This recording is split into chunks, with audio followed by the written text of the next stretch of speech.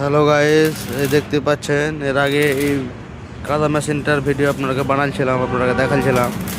তো ফাইনালি কাজ অনেকটাই ফাউন্ডেশনটা বাড়িয়ে গিয়ার বক্সের চাপানো হয়ে গেছে।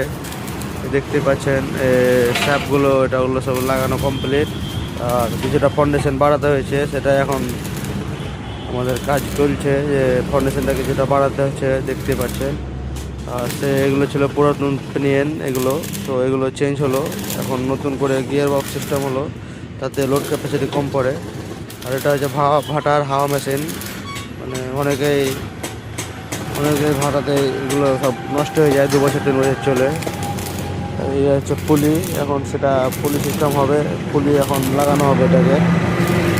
আর আমাদের এখন কাজ চলছে, এই সাইডটা কাজ হয়ে যাচ্ছে।